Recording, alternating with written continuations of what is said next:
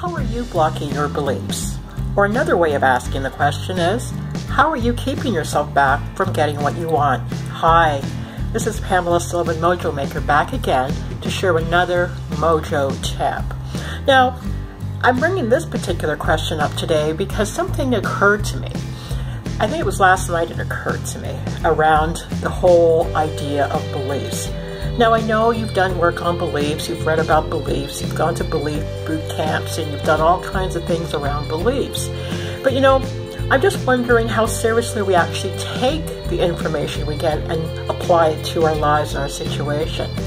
Now, I'm someone that talks about beliefs all the time, and you know, I didn't realize how many of them still continue to hijack my life in some ways that go below my radar. So I have some blind spots around this. And it's funny, you know, the blind spots are something that it's easy for us to point out in other people, but when it comes to ourselves, it's like, So I've been excavating some of the things and some of the places I continue to hold myself back. So one of the beliefs I had, and it's just a very minor thing, but it's just an example of how this works in our lives. One of the beliefs I have is I couldn't walk from home to the mall, and specifically where the gym is. So what I did, I thought, okay, this is silly. I mean, there's no reason why I can't get up there. Now, the belief that held me from doing this was, one, I need to be able to drive up to the mall because anyone seen walking up to the mall in this particular area are those considered to be either they don't have money or there's something wrong, or it's just, in my mind anyway, I didn't do a survey of everybody living here, but in my mind that's what it seemed to be. So I continued not to get myself up there by foot. Yet the logical thing would dictate is I walk up to the fitness place, do my weight training, and then walk back. That's all part of it. So I said, okay, this is enough. This is so silly. Let's just get up there. Put on my shoes, and I did the walk. It took about 45 minutes to get there. I worked out, and I walked 45 minutes back. And it was just crazy that I held myself back from getting this done all this time. And it's a beautiful part of the fitness routine, a beautiful part of my morning because it gets my walk in, and I get to do a walking meditation there and back. So the question now is, what are you still holding on to as part of your belief system that keeps you in place, that keeps you from moving forward?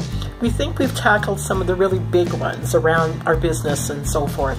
But you know what? It's the small little things that continue to keep us back. And there are worldviews or the beliefs we got from our family and our friends, the beliefs we have about who we are and what we deserve. And, you know, until we go and do the work and do some self-inquiry, we are never going to be able to move forward.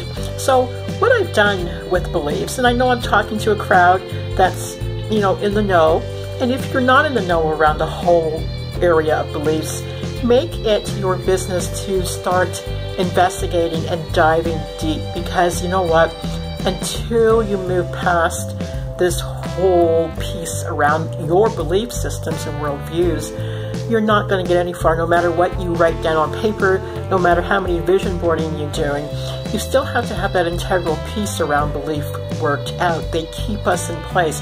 It's the substance in which our comfort zones are made of.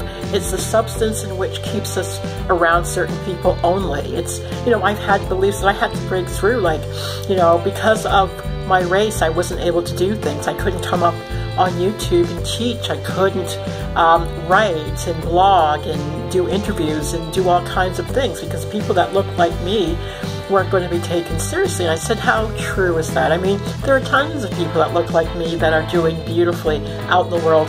You know, I mean, we live in the world of TV, we see it all the time. Oprah comes to mind right away, and it goes from there. So that didn't hold water. I had to break and move past that one. You know, we have tons of them. So what are yours? What are yours in the area of money? Do you believe that you can only earn a certain amount? You can only get a certain amount of clients because of whatever reason, because of where you live, how tall you are, what size you are, what race you are, what religion you are. What beliefs continue to hold you stuck? Now, it's very difficult to start asking the questions you need to understand how these things work in your life and where they might be lodged in your thinking and or subconscious. So at the bottom of this videotape, there's a link that will get you to a free download, a Mojo download, that will help you with the inquiry process, help you to start thinking past those places in which you're blocking your blessings. Now, you don't have to give me your email, you just press the link and you get the download right away. I just want you to have something as a lever to start prying open your thinking a little bit more. And this has something to do with how much success you've had. We all attain something in our lives, whether it be in our business or personal lives. This is to get the sticking off the next place you have to go. The people I work with, we're going to the next level. They've climbed up to a certain place, now it's time to go further. And that's another thing. You gain success and you believe that in order to keep it, you need to hold tight and hold firm and hold fast. And so you're stuck in that place. It's funny the things that we do to ourselves. So these are some of the beliefs I'm talking about. We have so many, we've forgotten all of them that we have lodged in our brain somewhere.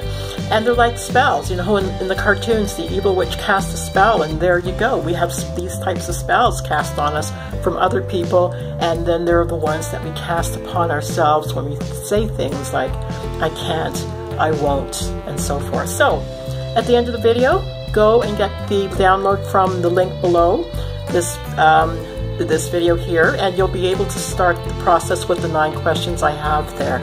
So again, get through to those beliefs that you have lodged in your head. I mean, really, if you're going to be a mojo maker, you have to start working on it. It's not always fun, it's not always easy, but it is a simple process once you get the hang of it. Once again, this is Pamela Sullivan, Mojo Maker, bringing you another mojo tip to help you spiral up to the best version of yourself, mind, body, and soul. Bye.